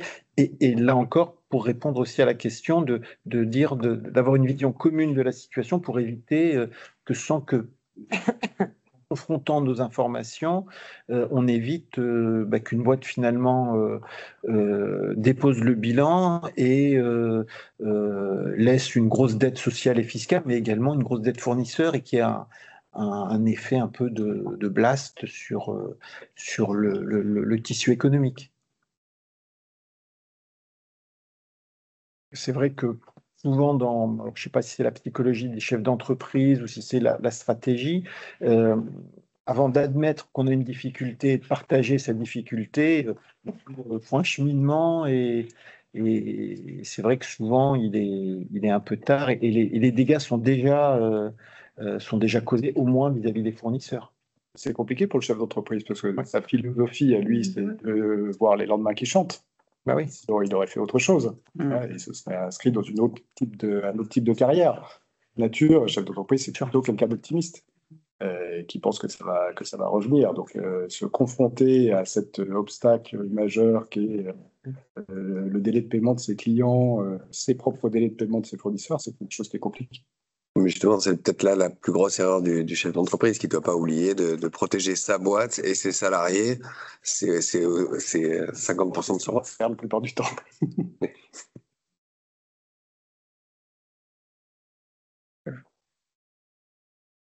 Sur la partie entreprise en difficulté, on a fini. On voulait partager avec vous un point d'actualité, mais sur ce sujet, accompagnement des entreprises en difficulté.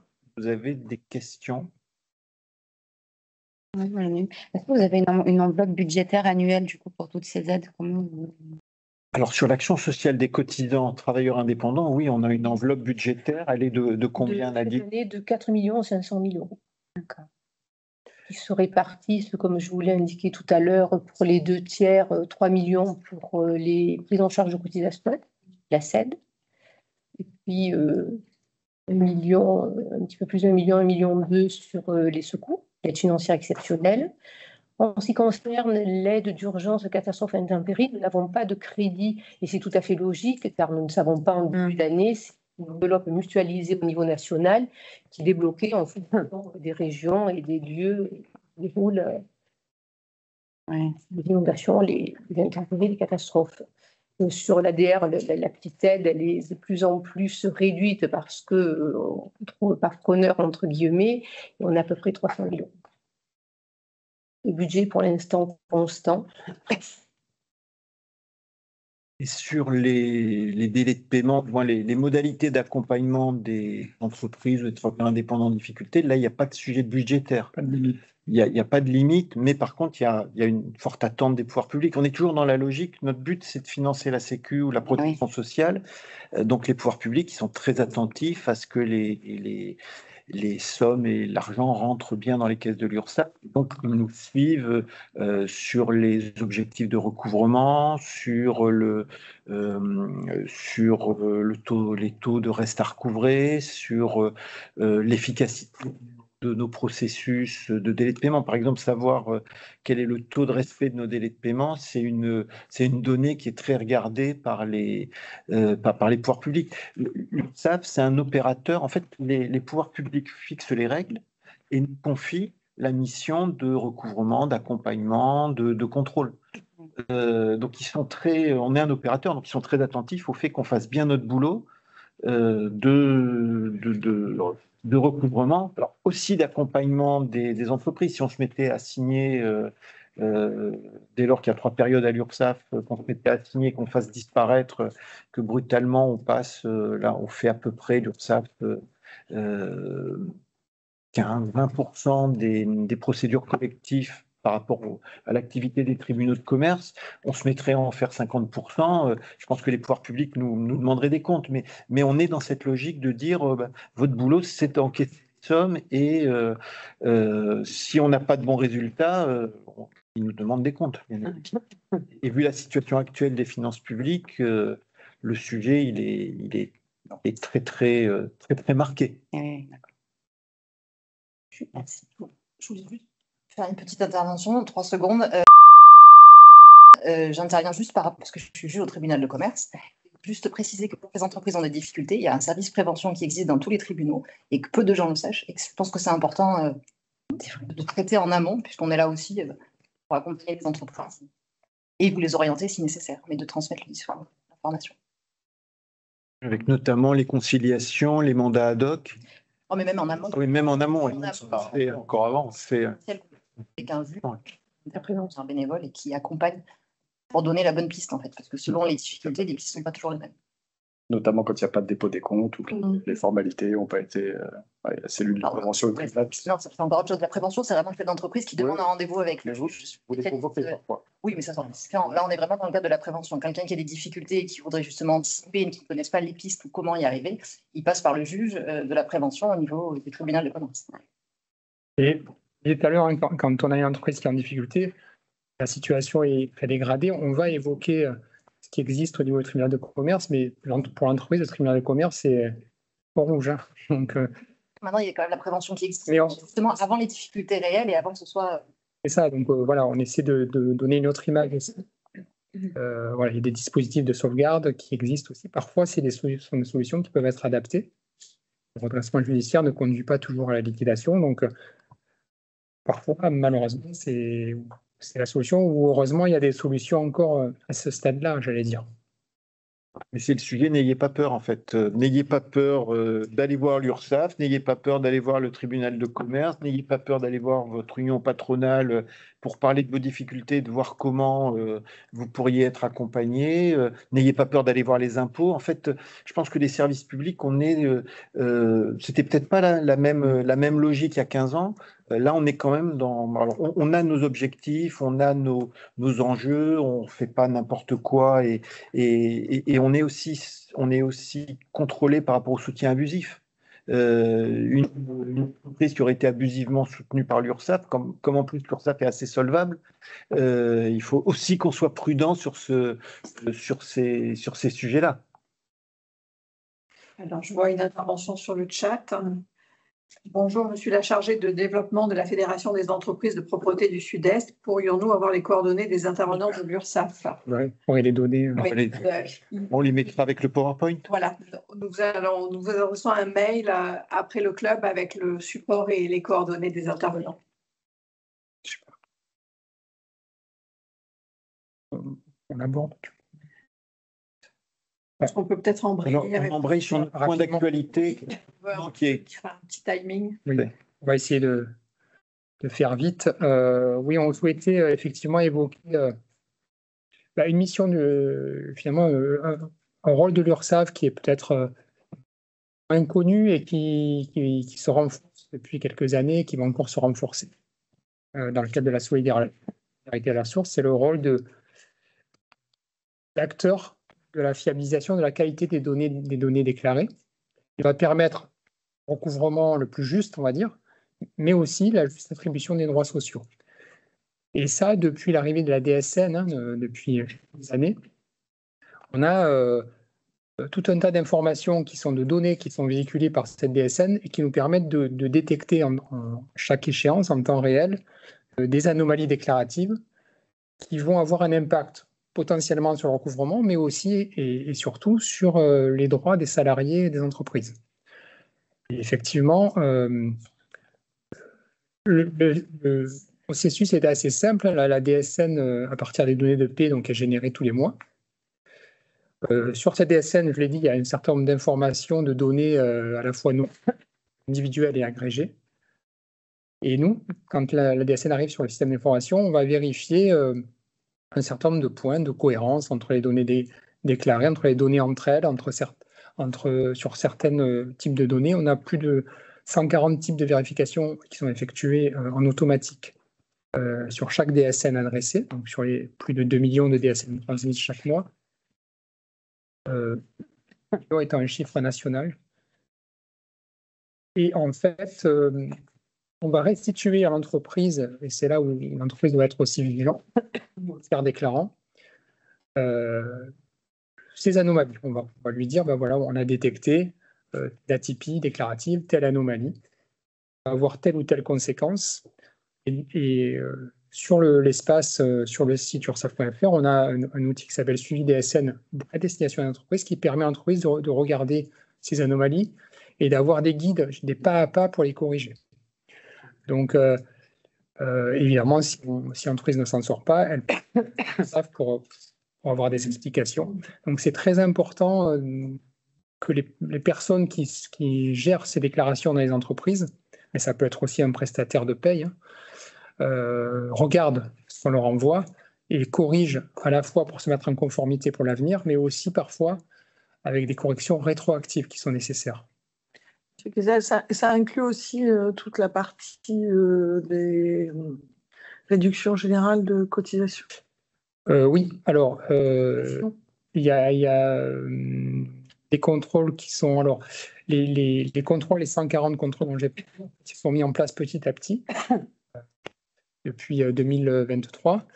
Et on continue à en créer de nouveaux. Et notamment, effectivement, sur la réduction générale, il y a un certain nombre de contrôles qui vont être mobilisés. D'accord. Et qui vont signaler là aussi Parce que c'est vrai que vous avez raison de le souligner, c'est un point qui génère beaucoup de stress quand, en cas de contrôle, on s'aperçoit qu'il y a un problème de paramétrage et pour remonter. Après, c'est lourd et coûteux. Dans un sens ou dans un autre, en fait. Un défaut de paramétrage sur la réduction générale, ça peut vous faire un énorme crédit dans le cadre d'un contrôle ou un énorme débit. Alors d'où l'intérêt de fiabiliser. Ça ne remplace pas le contrôle sur place de l'inspecteur, mais ça va permettre d'éviter parfois effectivement des redressements s'il peut y avoir un impact sur le versement des cotisations. Donc ça signale ces anomalies. Alors c'est vrai que mettre les mains, j'allais dire, pardonnez-moi l'expression, dans la DSN, c'est pas toujours simple.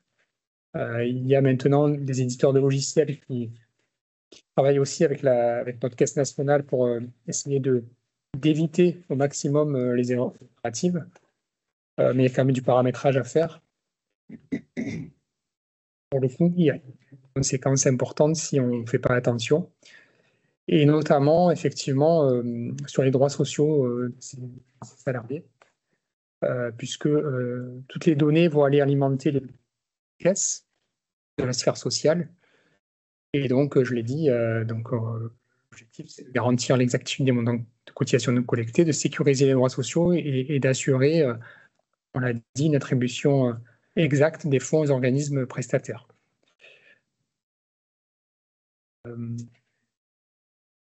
Donc là, il y a un zoom là, sur le montant net social, puisque cette information qui est devenue obligatoire sur les bulletins de salaire et sur la DSL impacte directement le RSA et la prime d'activité.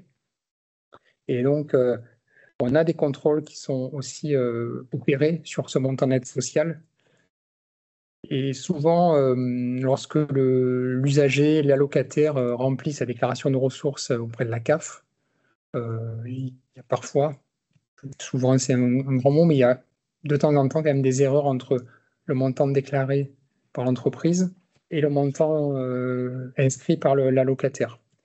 Et quand il y a ces erreurs-là, il y a un signalement qui remonte et qui va permettre d'aller regarder qui s'est trompé. Est-ce que c'est le salarié? Est-ce que c'est l'employeur?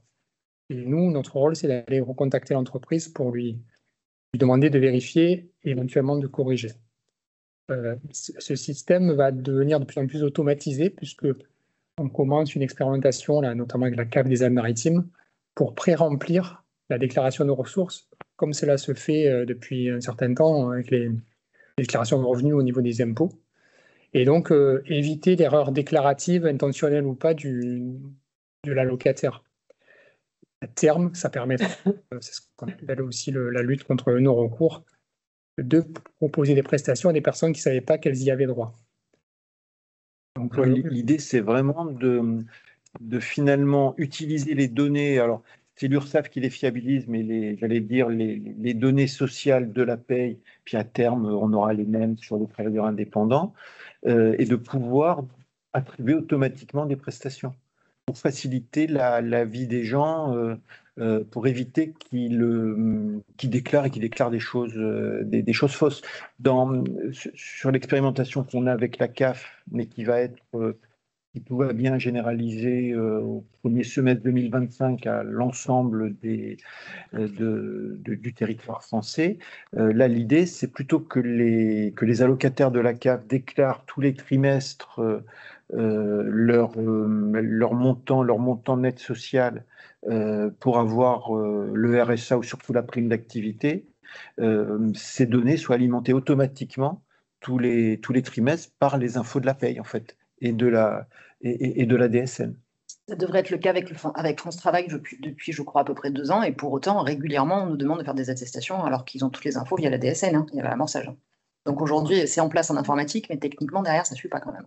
Oui, mais alors nous on le voit sur l'expérimentation, on a des modifications dans un certain nombre je crois que c'est entre 7 et 10% des cas, on a des modifications directement par l'allocataire qui conteste le montant qui a été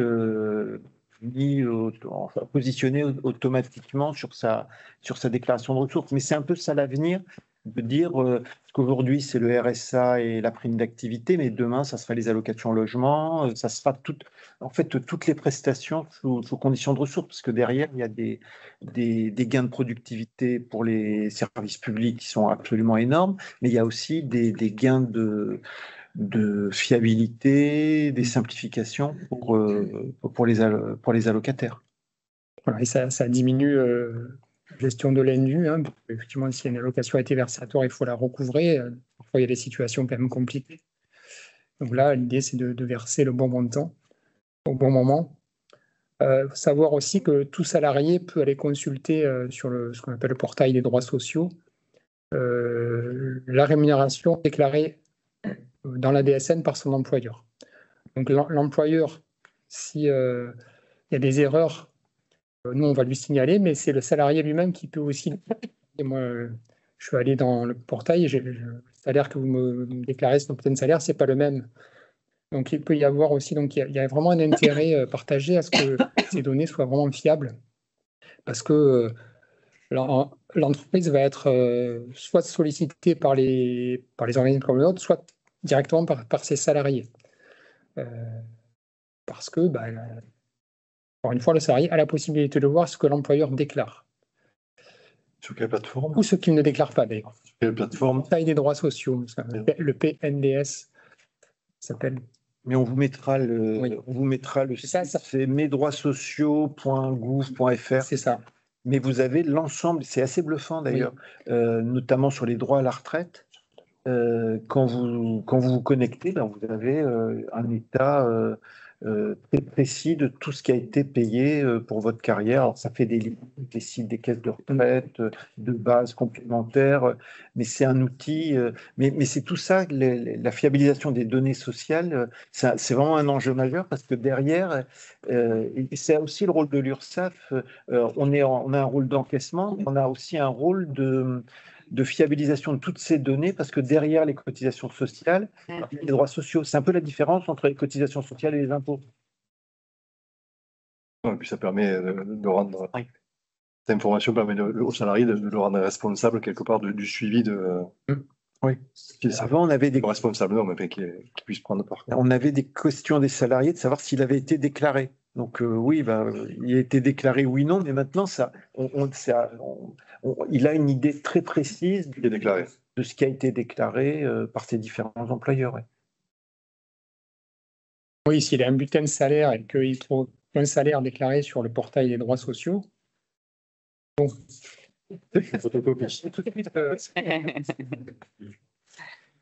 Ça arrive quelquefois. Et tout un dispositif vertueux en fait qui va permettre de fiabiliser la donnée de bout en bout et de fiabiliser finalement les droits, les cotisations recouvrées et les montants reversés aux caisses prestataires. Donc voilà, c'est juste pour vous alerter sur quand vous recevez, en tout cas la personne qui gère les payes et les déclarations, des retours. Alors, il y a un retour par mail, ce qu'on appelle le compte rendu métier. Et ensuite, on peut aller sur le site, sur l'espace en ligne, dans suivi des SN, retrouver les mêmes informations qui sont signalées par mail. Donc, c'est pas quelque chose, on n'a pas toujours le temps, je sais, dans les entreprises, mais c'est pas quelque chose à négliger.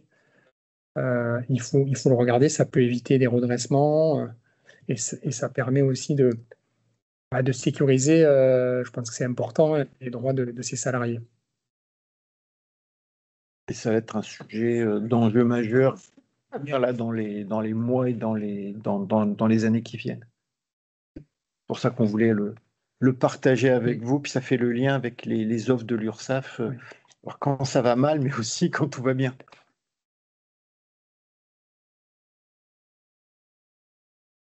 Vous avez des questions?